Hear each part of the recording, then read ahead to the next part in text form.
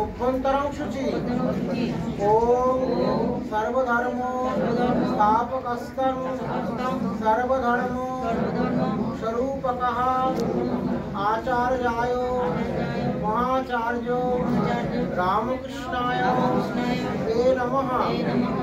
यथाग्ने दायिका शक्ति। যারা কাজ করছেন মায়েদের কাছে আমার অনুরোধ যে আপনারা ধীরে সুস্থে কাজ করুন যাতে আপনাদের কাজে কারো অসুবিধা না হয়। আচ্ছা, সবাই আমরা এখন একসঙ্গে প্রণাম মন্ত্র বলবো, তারপরে আলোচনার মধ্যে আসবো। আপনারা সবাই আজকে বিশেষ দিন, তো আমরা গুরুদেব ঠাকুরমা স্বামীজি সবাইকে প্রণাম জানাবো। ওম গুরু ব্রহ্মা গুরু বিষ্ণু গুরুদেব মহেশ্বর গুরু সাক্ষাৎ পরম ব্রহ্ম তস্मै শ্রী গুরবে নমঃ। ওম স্থাপকায় চ ধর্মস্য सर्वधर्म स्वरूपिणे अवतार वरिष्ठाय रामकृष्णाय ते नमः।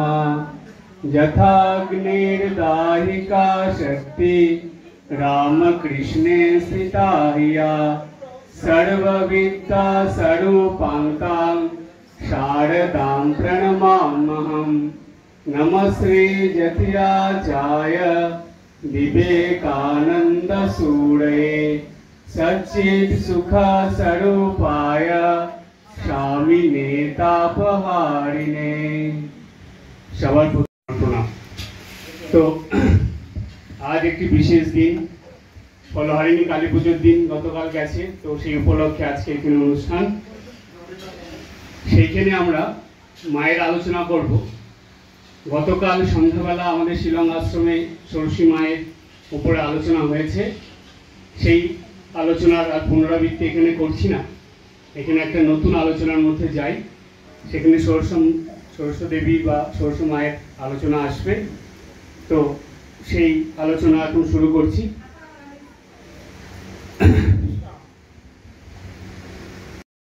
লেখার জন্য এবং গানের সুর দেওয়ার জন্য বিখ্যাত চন্ডিকানন্দজি মহারাজের গান না করলে বিখ্যাত গান, যেটা একটা শব্দ পরিবর্তন করে আমরা মায়ের দিকে নিয়ে আসবো, সারদা মায়ের দিকে, কেননা কালী মা তো স্বয়ং কালী। সুতরাং সেই কথার মধ্যে যাচ্ছি।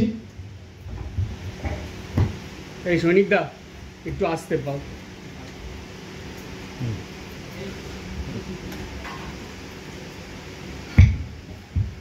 সেই কথার মধ্যে যাচ্ছি। গানটা আছে সবার প্রথমে, গানের 6টা লাইনে গান, এক একটা লাইন বলবো, তার ব্যাখ্যার মধ্যে আসবো। প্রথম লাইনে বলছে, মা আমাদের এসেছে আজ, ভয় করি কায়। মা আমাদের এসেছে আজ। আজ মানে এখানে আজকের দিনে নয়, এই যুগে, কলি যুগে আমাদের মা এসেছেন। বলছেন আর মোরা ভয় করি কায়। একটা বাচ্চা শিশুর কাছে, সন্তানের কাছে যদি মা থাকে, সে দেখবেন সে বাচ্চাটা, তার মধ্যে কোনো ভয় নেই, সে মার কাছে সব থেকে বেশি নির্ভয়ে আনন্দে থাকে, নিশ্চিন্তে থাকে। মা ছাড়া আর কাউকে দরকার নেই তার, মা আছে মানে সব আছে। সুতরাং মা হলো অভয়দায়িনী। মায়ের শরণ নিলে, মায়ের কাছে থাকলে আমরা সবসময় ভয় শূন্য হয়ে থাকি। কি ভয়?